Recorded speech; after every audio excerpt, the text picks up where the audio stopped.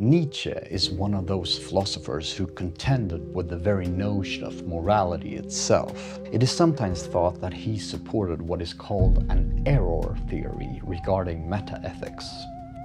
He wrote, "There are no moral phenomena at all, only a moral interpretation of phenomena. Whatever has value in our world now does not have value in itself according to its nature. Nature is always valueless, but has been given value at some time as a present, and it was we who gave and bestowed it.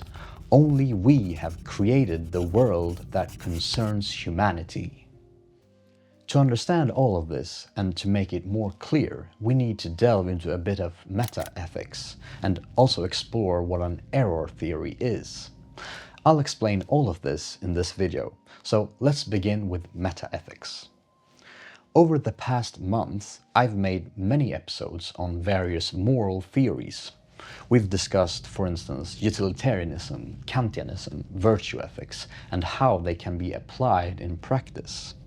But all of those theories are what are called normative theories. Normative theories are basically searching for the specific features that make an action good, bad, right or wrong. For instance, a utilitarian would say that an action is good if and only if and because it produces the highest amount of happiness compared to any other action.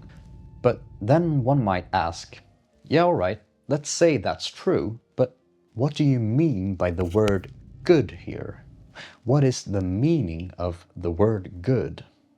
Now that is a metaethical question. Normative theories endeavors to answer the question of which conditions must be met for us to call an action good, whether it be happiness, duty, or virtue, while metaethics discusses what goodness even is and what it means, and how we gain knowledge about such things. Metaethics can be a bit tricky if you're not used to thinking in such terms, but let me explain. When I tell a friend, giving money to the poor is a good action, is that sentence true? It sounds like I'm trying to describe a factual situation in the world, right? But if it is true, there has to be something, a property of sorts, within the world that makes the sentence true. This is where Nietzsche comes into the picture. Now, if such a thing as goodness exists, it has to be a sort of property, a thing that all and only good actions possesses, right? Does this property exist? Well, if we ask Nietzsche, certainly not. As he said in his quote, nature does not possess any values in itself. To make this a bit clearer, let's discuss two other sentences. Bear with me on this one. The cat is on the mat. This sentence is as clear as day, right? We can all know without a doubt when the sentence is true and when it is false. Everyone knows what a cat looks like and what it means for it to be on a mat. In other words, we all have clear truth conditions for that sentence. Now, let's discuss this sentence. A witch is living in the forest. Do we have truth conditions in the same way here for this sentence? In a way, yes, we all have a concept of what a witch is, but the big problem here is that there is no such thing as witches.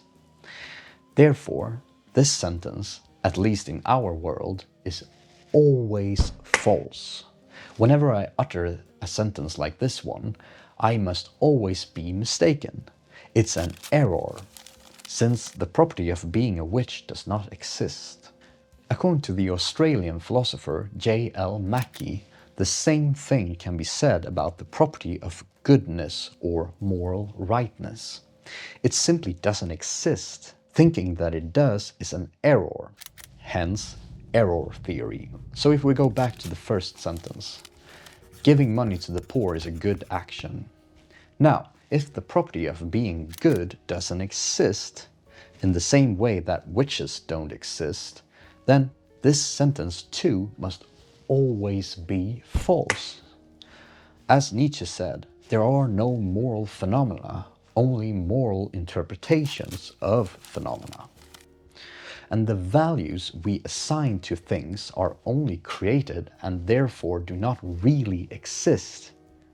Good, bad, ought not, etc. are merely made-up concepts that don't refer to anything real, just like the word witch doesn't refer to anything real. But this can be a really hard pill to swallow, because basically we can throw all the episodes I've done on moral philosophy in the dumpster. Even if one successfully finds criteria for when an action is good, goodness does not exist, which effectively makes the theory redundant. Some philosophers argue that we should still act as though morality exists for practical reasons. So even if error theory is correct, it doesn't necessarily follow that we should completely dispense with morality. And Nietzsche himself argued that we should reinvent all values and cast aside our old Christian morality and build a new foundation. But my concern here is that if morality does not exist in any real sense, whatever we build will always be questioned and fought against. But maybe that's the best we can do. What do you think? Oh, by the way, speaking of Nietzsche, ages ago I made a documentary covering his life. Check it out here.